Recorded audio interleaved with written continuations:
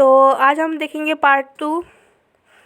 तो full content of chapter 3 biodiversity. तो इसमें हमने क्या कवर कर लिया, 3.1, 3.2, 3.3, 3.4।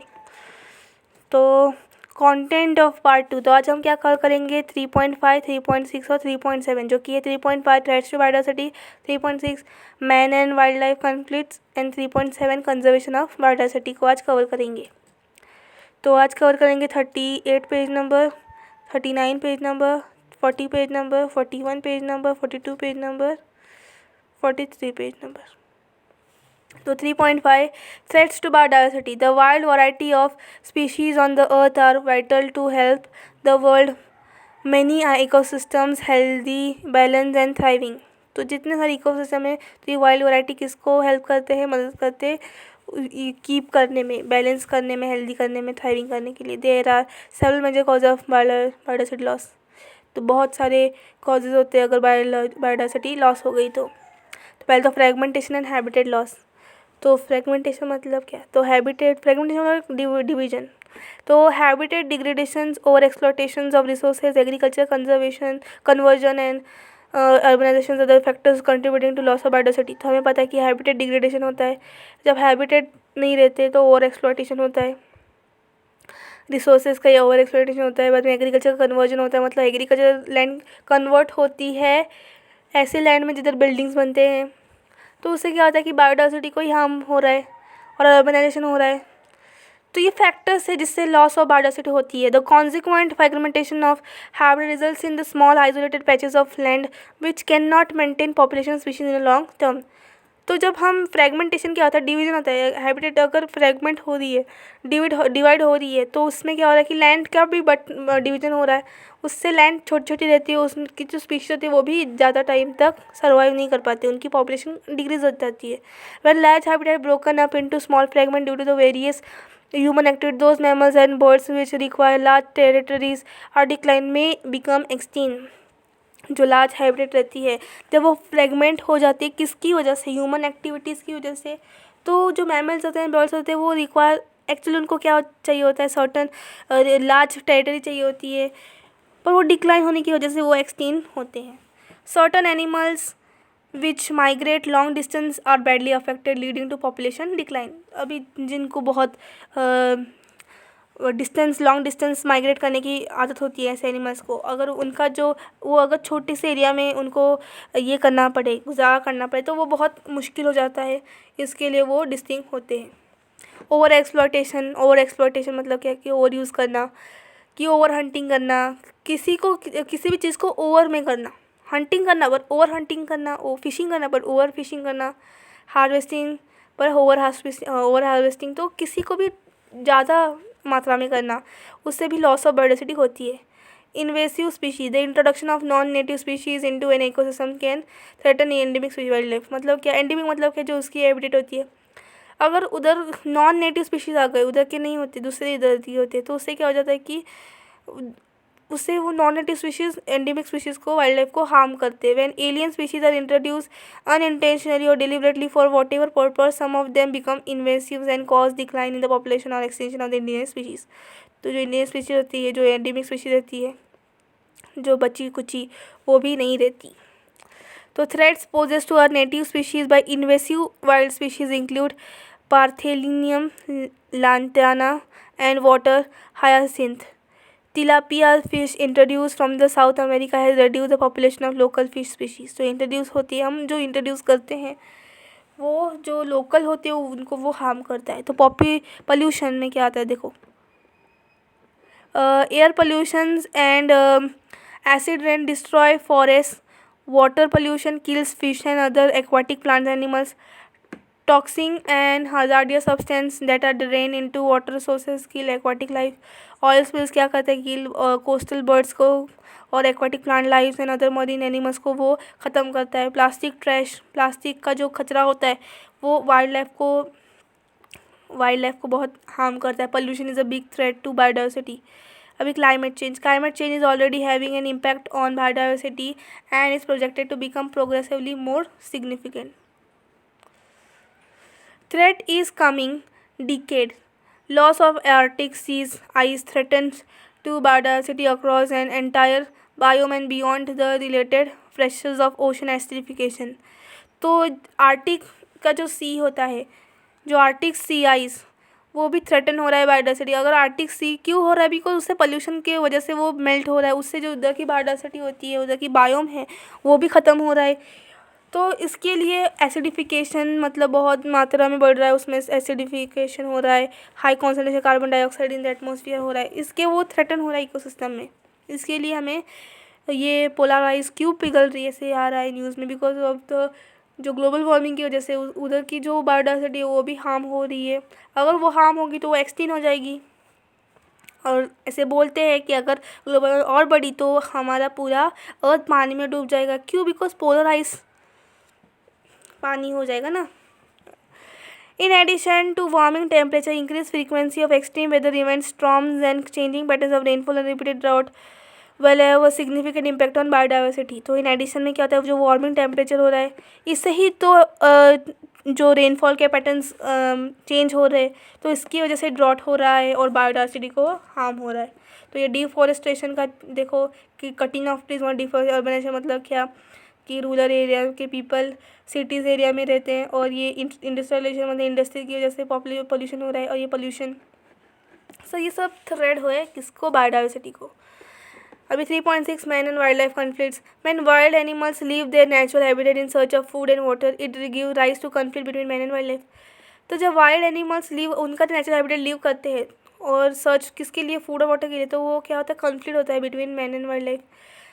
हमें पता है कि अगर हम फॉरेस्ट को ख़त्म करेंगे तो अभी एनिमल्स किधर आएंगे फूड और वाटर के लिए? हमारे इधर आएंगे. उससे कॉन्फ्लिक्ट होएगा. कॉन्फ्लिक्ट दुश्मनी, लड़ाई झगड़ा.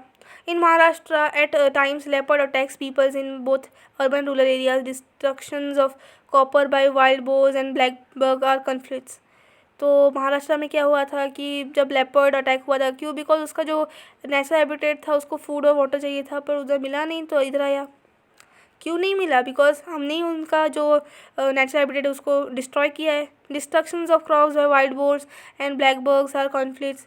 जब क्रॉप्स एरिया में जो ब्लैक बर्ड्स रहते हैं, वाइल्ड बोर्स रहते हैं, उनको भी फूड की ज़रूरत होती है, तो वो हम जो फार्मर्स जो एग्रीकल्चर प्लांट बनाते हैं उनमें वो खाते हैं. Reporters in the newspaper from time to time. तो ये रिपोर्टर्स ने रिपोर्टेड है ये कि ऐसे हुआ था.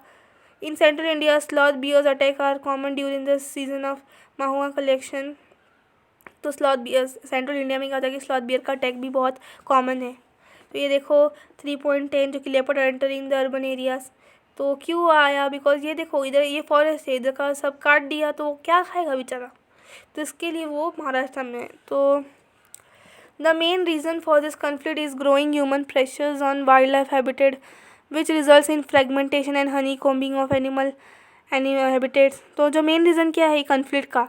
फ्रेगमेंटेशन. हम जब फ्रेगमेंट कर रहे हैं, हम डिवाइड कर रहे ज़मीन को, बांट रहे, हिस्से कर रहे ज़मीन के, हनी कोमिंग कर रहे हैं, तो इससे क्या हो रहा है कि जो एनिमल हैबिटेट है उसका फ्रेगमेंट हो रहा है.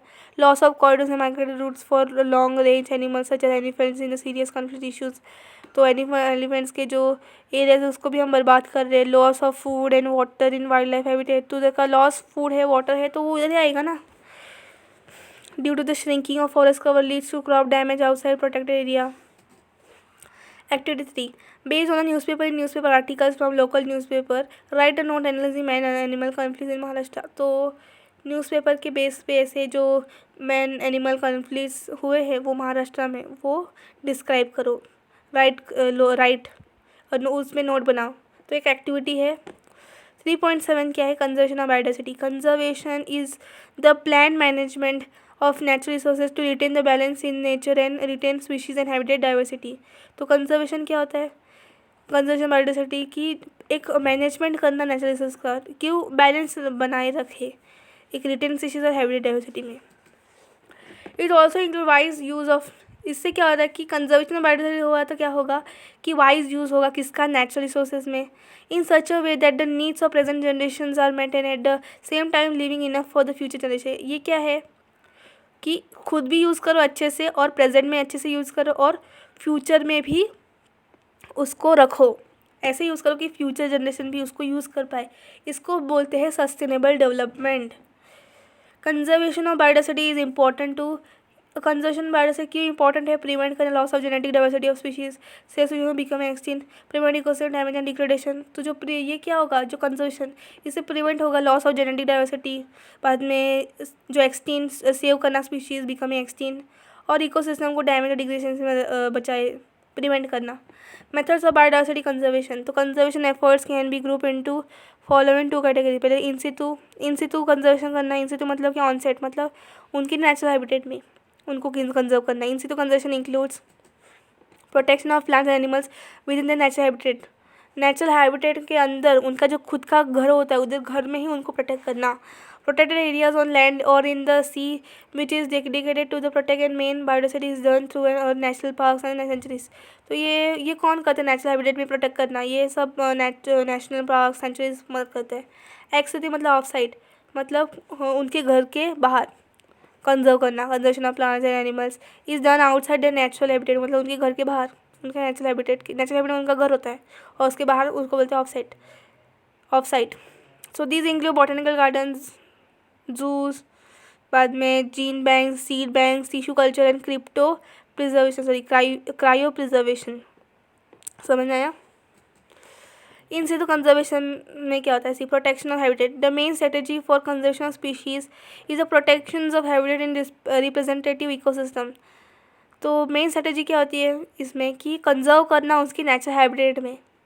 करंटली इंडिया हैज़ कितने 104 national parks, 551 wild life sanctuaries है, 18 बायोस्फीयर रिजर्व्स है, 50 टाइगर रिजर्व्स है और 32 एलिफेंट रिजर्व्स है, 27 वेटलैंड्स है, 30 mangrove areas and 4 coral reefs areas have been identified for intensive conservation and management purpose. तो ये क्यों आइडेंटिफाई हुआ है? इन सितु कंजर्वेशन के लिए by the ministry of environment, forest and climate change, government of India. अभी national parks and wild life sanctuary, many national parks and wild life sanctuaries have been actively preserve wildlife in their natural habitat. तो ये क्यों natural parks और wildlife sanctuaries को build किया है? Natural environment में उनको preserve करने के लिए, जैसे जिम कॉर्बेट नेशनल रिजर्व। ये बहुत इंपॉर्टेंट, ये लर्न कर लो ये सारे, ये बहुत पूछते हैं गवर्नमेंट एग्जाम्स में। Uttaranchal, then Kanha national park Madhya Pradesh, then Bandhavgarh national park, then जो कि है मध्य प्रदेश में, बाद में रणथंभौर नेशनल पार्क जो राजस्थान में है, गिर नेशनल पार्क जो कि गुजरात में, एक्सेट्रा।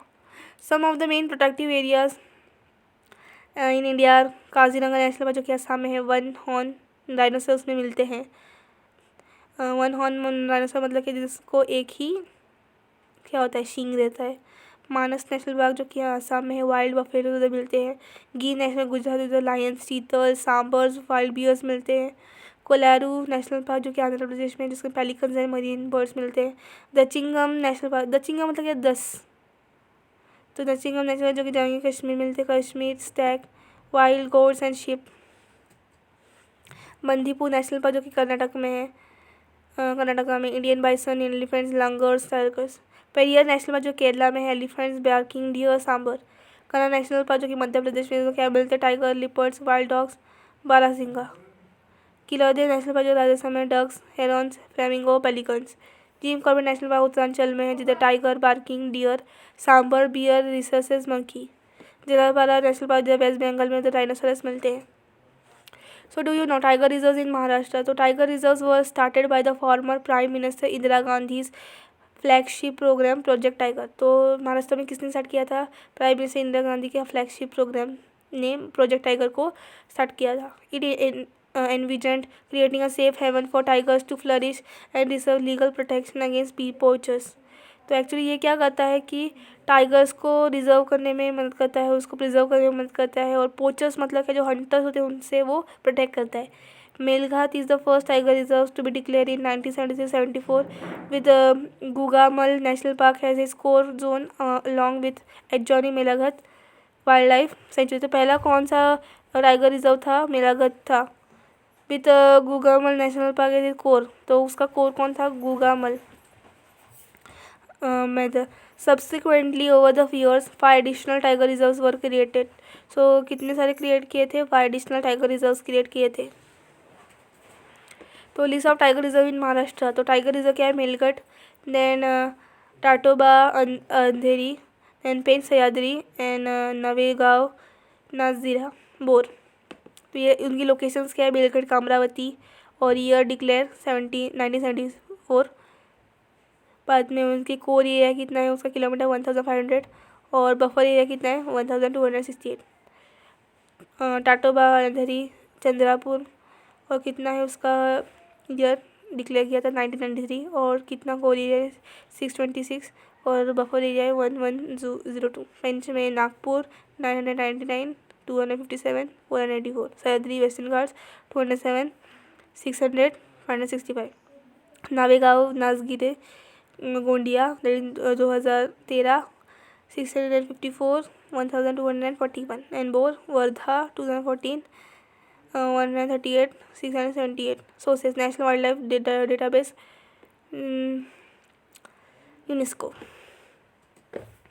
बायोस्फीयर रिजर्व, तो कंसर्व बायोस्फीयर रिजर्व जो कि बिया था, लॉन्च किधर हुआ था 1975 में, as a part of UNESCO man and biosphere programme. तो ये जो यूनेस्को का मैन एंड बायोस्फीयर प्रोग्राम है जो लॉन्च किया हुआ था कंसेप्ट बायोस्फीयर रिजर्व, जो कि डीलिंग करता है with the conservation of ecosystem and genetic materials they contain. तो बायोस्फीयर रिजर्व कंसिस्ट क्या करता है, core, buffer and transitive. Core मतलब क्या, जो कि कोर मतलब ऐसा जो कि फुल्ली प्रोटेक्टेड है, fully protected natural area of the biosphere reserve, जो कि legal least disturbed by the human activity. उधर ह्यूमन एक्टिविटीज़ अच्छी बात नहीं होती।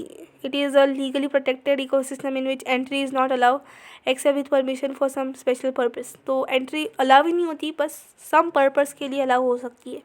Destructive samplings for scientific investigation prohibited, तो सैम्पलिंग्स का भी उधर से डिस्ट्रक्ट करना वो भी साइंटिफिक इन्वेस्टिगेशन के लिए भी प्रोहिबिटेड है। The buffer zone surround the core zone is managed so that some resources can be use by local people and promotes research and educational activities. The buffer zone surrounds क्या करता है, core zone को surround करता है, जिसमें it is manage some resources can be use by local people and promote research and educational activities. उधर scientific उधर क्या करते हैं, एजुकेशनल एक्टिविटीज़ को अलाउ है। बाद में ट्रांजिटिव जोन, ये एक आउटर में जोन है सबसे। It is an area where active cooperation between the reserve management local people होता है, such as settlements, agriculture, forestry, recreations and other economic activities are in the harmony with the conservation goals. उधर कितने हैं 553 biosphere located in 107 countries in world. 107 countries है, तो उधर कितने सारे बायोस्फीयर है, पूरे वर्ल्ड के जो 107 है उधर बस 553 बायोस्फीयर ऑल इंक्लूडेड। तो ये है core zone, this is buffer zone, this is transition zone और मैनिपुलेशन जोन। और इधर ये क्या है, ह्यूमन सेटलमेंट, इधर डॉट डॉट है human settlement. This is a 3.11 diagrammatic representation of the biosphere reserve. अभी तक मेन पहुंचना बायोस्फीयर रिजर्व का क्या है, कंजर्व करना, conservation, long term conservation of the represented landscapes and different types of ecosystem along with their all their species and genetic resources. तो conserve करना landscapes को, जेनेटिक रिसोर्सेज को, स्पीशीज को, डेवलपमेंट करना, एंकरेज करना traditional resources use and promote economic development with the cultural, socially, ecologically sustainable. तो encourage करना traditional resources को, और ट्रेडिशनल हार्मफुल नहीं रहता, और कल्चरल, सोशली, इकोलॉजिकल सस्टेनेबल होता है। Scientific research, monitoring and education में मदद करता है। तो support conservation, research, monitoring, education, information exchange related to the local, national and global environmental conservation issues. Now species oriented projects. Species oriented projects क्या होता है? Several India species have been identified that concentrate specifically directed effort to preserve, prevent extinction. तो ये special oriented projects क्या होता है? Species oriented project कि कुछ स्पीशीज़ को बचाना है, तो उनके लिए बस उन्हीं स्पीशीज़ को बचाना के लिए एक प्रोजेक्ट्स है, जैसे प्रोजेक्ट टाइगर, मतलब टाइगर्स को ही बचाना इस प्रोजेक्ट का उद्देश्य। This has been successful conservation of the tigers in its prey and its habitat. Tiger which are once abounded in Indian forest decline drastically from an estimate of 40,000 at the turn of 19th century to 12,000 by 1970। मतलब क्या कि पहले 40,000 species थे, तो decline होकर कितने हो गए, 12,000 ही रह गए। तो इसके लिए this led to initiative project, इससे क्या हो गया कि प्रोजेक्ट टाइगर इनिशिएट हुआ 1973 में with object conserving and rescuing the species from extinction. A total ban was impose on hunting on tiger and International levels, elaborate management plans are made for what each of the tiger reserves for tiger habitat, improving anti-poaching measures to safeguard our national animal. तो हमारे जो national tiger उसको protect करने के लिए उसको बहुत उसकी इम्प्रूवमेंट की, एंटी पोचिंग मतलब पोचिंग नहीं करना, एंटी पोचिंग इम्प्रूवमेंट किया। एंड पोचिंग मतलब ये हंटर लोग जो पोच कर ले हंट करते उनको बंद करना और सेफ गार्ड करना नेशनल एनिमल को। में project elephant was launched in February 1992 to assist states having free ranging populations of wild elephant to ensure long term survival of identified तो viable population of elephants in their natural habitat. The project is being implemented in several states. जैसे कि ये जो elephant का project था कि elephant को बचाना फरवरी में चालू हुआ था और उसके सारे अदर इधर ये प्रोजेक्ट इम्प्लीमेंट हुआ था। आंध्र प्रदेश में हुआ था, Arunachal Pradesh, Assam, Jharkhand, Kerala, Karnataka, Orissa, Tamil Nadu, west Bengal etcetera. Recently elephants have started migrating into Maharashtra in the Konkan region Sawantwadi, creating man elephant conflicts in the area. ना crocodile breeding and management project, तो क्रोकोडाइल के ऊपर भी एक प्रोजेक्ट बनाया था उसकी ब्रीडिंग के लिए। The project survey the crocodile habitat and facilitate their protection through declaration of sanctuaries and national parks. तो उनको कैसे प्रोटेक्ट करना, उनकी सेंचुरीज डिक्लेयर करके और नेशनल पार्क उनके लिए बना के। तो capital breeding and reintroduction programs involve careful collection of eggs from the wild. तो कैपिटल ब्रीडिंग मतलब क्या कि उनको उनकी जो स्पीशीज़ को एक्सटिंक्ट होने से बचाना, इसके लिए कैपिटल ब्रीडिंग करना जिससे उनका जो वाइल्ड है उनका जो स्पीशीज़ है वो एक्सटिंक्ट ना हो सके। 11 sanctuaries have been declared specially for crocodile protection including the national Chambal sanctuary in Madhya Pradesh. Sacred forests and sacred lakes. These are small forest patches protected by tribal community due to their religious sanctity. These have been free from all the disturbance. Sacred forests are located in several parts of India, that is Karnataka, Maharashtra, Kerala, Meghalaya. Several water bodies, for example, Ketchiopalli Lake in Sikkim, have been declared sacred by local people, leading to the protection of their aquatic flora and fauna. Sacred groves or deodaries in the western Ghats of Maharashtra are examples of sacred forests that have been preserved over several generation. Sacred मतलब क्या, पवित्र। तो हम अगर हमने किसी चीज़ को पवित्र मान लिया तो उसको छूते भी नहीं, मतलब उसको प्रोटेक्ट करते हैं। तो इसके लिए इतनी सारी पवित्र है चीज़ें, पवित्र फॉरेस्ट्स हैं, जिससे क्या है कि जो ह्यूमन बींग्स का विश्वास की वजह से वो उसको हार्म नहीं करते। एक्स सितु कंजर्वेशन में क्या आता है, बॉटेनिकल गार्डन्स आते हैं, जूस आते हैं। To complement in situ conservation efforts, ex situ ने भी कंजर्व किया कि undertaken to setting of the botanical garden, zoo, medicine plants park etcetera. मतलब क्या, ये सब बाहर जो नेचुरल हैबिटेट में नहीं प्रोटेक्ट करना, उसके बाहर प्रोटेक्ट करना। तो various agency, the Indian botanical gardens in Howrah, west Bengal is over 200 years old. Other important botanical gardens are in Ooty, Bangalore में, लखनऊ में. Number of zoos have been developed in the country. They have played an important role in the conservation of endangered animal species such as Manipur Thamin deer, Cerus LD, जो कि उसका scientific नाम है, and the red panda, Elarus fulgens of Assam. Notable successful animals of captive breeding is that of Gangetic gharials, that is Gavials Gangeticus. तो ये क्या है, ये क्यों है, ये सब प्रोटेक्ट कर रहे हैं उनके आउटसाइड, उनके जो आउटसाइड द उनका जो natural habitat. The main objective of botanical gardens क्या है, एक्सिटू कंजर्वेशन करना और प्रोपैगेशन करना इंपॉर्टेंट थ्रेटन्स प्लांट स्पीशीज़ को। Serve as a centre for conservation research and training, और बिल्ड करना public awareness through the education की हेल्प से plant diversity and need for their conservation. Gene bank, तो gene bank भी ex situ collection ये होता है, एक्सितु कंजर्वेशन का एक पार्ट है जिसमें ex situ collection and preservation genetic resources is done through gene banks और सीड बैंक्स। और the national bureau of plant genetic resources NBPGR, New Delhi preserves seeds of wild relatives of crop plants as well as cultivar varieties. National Bureau of Animal Genetic Resources NBAGR at Karnal, Haryana maintain the genetic materials for domesticated animals. National Bureau of Fish Genetic Resources जो कि NBFGR Lucknow for fishes. तो ये सब उनकी genetic materials को preserve करके उससे वो नए नए बनाएंगे और कल्टिवेट करेंगे। क्रायो प्रिजर्वेशन मतलब क्या है? This method is particular use for conserving crops through vegetative propagation. मतलब वेजिटेटिव प्रोपेगेशन मतलब क्या कि एक असेक्सुअल मेथड है जिससे कि बढ़ेंगे क्रॉप्स और कंजर्व होंगे। Cryo preservation is storage of materials at a, तो क्रायो प्रिजर्वेशन मतलब क्या कि मतलब उनको प्रिजर्व करेंगे किसमें, लिक्विड नाइट्रोजन के ऊपर, जो कि -196 डिग्री सेल्सियस होता है, 196 डिग्री सेल्सियस जो कि माइनस, और वो उसमें क्या प्रिजर्व करेंगे, उसके मटेरियल्स अल्ट्रा लो टेम्परेचर में। Essential involve suspension of all metabolic process and activities. इससे क्या हो जाता है, सस्पेंशन लग जाता है, मतलब उस जो क्रॉप्स होगा उसको अगर हम इसमें नाइट्रोजन में डुबा के रखेंगे तो उसे वो फ्रीज़ हो जाएगा, उसका जो मेटाबॉलिक एक्टिविटीज़ है वो स्टॉप हो जाएगी, पर वो ख़त्म नहीं हो जाएगी, मरेंगे नहीं, बस उसको स्टॉप करके रखेंगे ना। For a conservation at molecular level, DNA level, तो जर्म प्लाज्म कंजर्वेशन जो कि वही होता है at molecular level is now feasible and is attracting attention. Clone DNA and material having DNA in the native state can be use for genetic conservation. Non viable material representing valuable genotype stores in the banks can also be used as a source of DNA libraries from where a relevant gene or combination of।